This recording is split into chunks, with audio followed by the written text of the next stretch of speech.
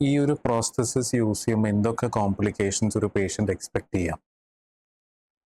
Complication എന്ന് പറയുമ്പോൾ അത് സ്റ്റേജിനനുസരിച്ച് മാറിക്കൊണ്ടിരിക്കും. ഇപ്പം ഒരു ഇനീഷ്യൽ ലെവലിൽ എന്ന് പറയുമ്പോൾ മെയിൻ കോംപ്ലിക്കേഷൻ വരുന്നത് പറഞ്ഞാൽ ഫിറ്റ്മെന്റിലാണ് വരുന്നത്. ഫിറ്റ്മെന്റിൽ വരിക എന്ന് പറയുമ്പോൾ ഇപ്പം most important part of the prosthesis is socket. Socket fit ഭയങ്കര കംഫർട്ടബിൾ ആണെങ്കിൽ നമ്മൾ സക്സസ് ആയി.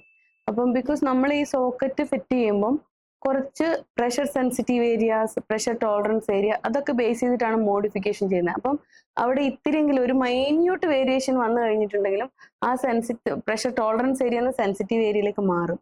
അപ്പൊ ചെറിയ അബ്രേഷൻസ് വരാം. അപ്പോൾ അത് സോക്കറ്റ് ഫിറ്റിനെ മൊത്തമായിട്ട് ബാധിക്കും. അപ്പം കംഫർട്ട് ഇല്ലെങ്കിൽ അയാൾക്ക് നടക്കാൻ ബുദ്ധിമുട്ടായിരിക്കും, ഒബ്വിയസ്ലി നടക്കാൻ ബുദ്ധിമുട്ടായിരിക്കും. അപ്പം അതാണ് ഫിറ്റ്മെന്റിലൊക്കെ വരുന്ന സോക്കറ്റ് ഫിറ്റിന്റെ പ്രോബ്ലംസ് ആണ് ഏറ്റവും ആദ്യം വരുന്ന കോംപ്ലിക്കേഷൻ. പിന്നെ എന്ന് പറയുമ്പോൾ ചിലർക്ക് ഫാൻറ്റം പെയിൻ ഉണ്ടാവും, ഫാൻറ്റം ലിം സെൻസേഷൻ ഉണ്ടാവും. That is okay for prosthetic fitment, because അവർക്ക് അങ്ങനെ ഒരു വിചാരം ഉണ്ട്, എനിക്ക് അവിടെ ഉണ്ട് ലിംബ് എന്നുണ്ടെങ്കിൽ അത് ഈസി ആയിരിക്കും വാക്കിംഗ് ഒക്കെ ചെയ്യാൻ വേണ്ടി. ബട്ട് ഫാൻറ്റം പെയിൻ എന്ന് പറയുമ്പോഴേക്കും അവരെപ്പോഴും ആ ഒരു പെയിൻ കംപ്ലൈന്റ് ചെയ്യും. അതായത് ഇപ്പം ബിലോനിയ ആംപ്യൂട്ടേഷൻ ആണ്, toes are not there but they will complain pain at the ankle joint അല്ലെങ്കിൽ ടോസ് അങ്ങനെ.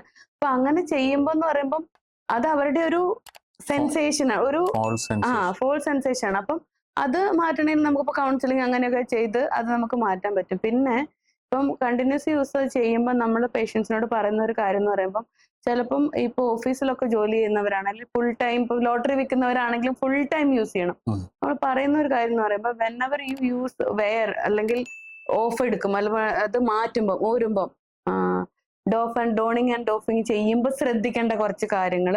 അപ്പൊ അതൊക്കെ സ്റ്റംപ് റിലേറ്റഡ് ആയിരിക്കും. അപ്പൊ നല്ലോണം ഇൻസ്പെക്ട് ചെയ്യണം. സ്റ്റംപിൽ എന്തെങ്കിലും ചെറിയൊരു അബ്രേഷൻ എന്തെങ്കിലും ഉണ്ടോ എന്നുള്ളതിനെ നമ്മൾ കാര്യമായിട്ട് നോക്കണം.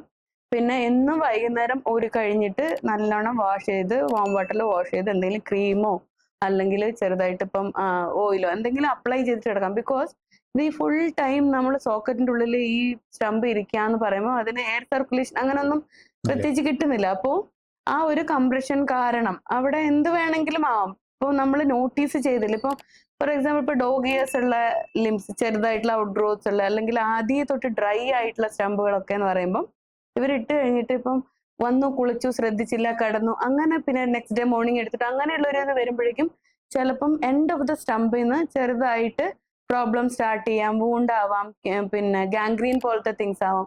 അപ്പൊ അവർ അത് അൾസേഴ്സ് വരാം. അപ്പം ഇപ്പൊ നോർമൽ കേസസിലാണെങ്കിൽ ഓക്കെ അവർക്ക് അത് പെയിൻ ആവുമ്പോൾ മനസ്സിലാവും. പക്ഷെ ഇൻ കേസ് ഓഫ് ഡയബറ്റിക് ആംപ്യൂട്ടേക്ക് ആകുമ്പോൾ അവർക്ക് അത്ര പെട്ടെന്ന് മനസ്സിലാവില്ല. അപ്പോഴേക്ക് ഭയങ്കര കോംപ്ലിക്കേഷൻ ആയി തരാം. അപ്പൊ നമ്മൾ അവരോട് അഡ്വൈസ് ചെയ്യുന്ന ഒരു കാര്യം എന്ന് പറയുമ്പോൾ എന്നും before and after wearing the prosthesis സ്റ്റംപിന്റെ ഫുള്ളായിട്ട് ഇൻസ്പെക്ഷൻ ചെയ്തിരിക്കണം. ഈച്ച് ആൻഡ് എവറി പോയിന്റ്, ഫോൾഡിങ്സിലും അല്ലെങ്കിൽ എന്തെങ്കിലും ഇപ്പം പ്രൊജക്ഷൻസ് ഉണ്ടെങ്കിൽ അവിടെയൊക്കെ നന്നായിട്ട് വെറ്റ് ആയിട്ടുണ്ടെങ്കിൽ അതൊക്കെ നല്ലോണം ഡ്രൈ ആക്കി എന്തെങ്കിലും ഓയിൽ അല്ലെങ്കിൽ ക്രീമൊക്കെ അപ്ലൈ ചെയ്ത് കിടക്കണം. പിന്നെ എല്ലാ ദിവസവും ഇൻസ്പെക്ട് ചെയ്യണം. ഇൻ കേസ് ഓഫ് മൈന്യൂട്ട് എന്തെങ്കിലും ചേഞ്ചസ് ഉണ്ടെങ്കിൽ റെഡിഷ്നെസ്സോ അങ്ങനെ എന്തെങ്കിലും ഉണ്ടെങ്കിൽ തന്നെ ഡോക്ടറെ അല്ലെങ്കിൽ ഞങ്ങളെ തന്നെ വന്ന് കാണാനായിട്ട് നമ്മൾ പറയാറുണ്ട്.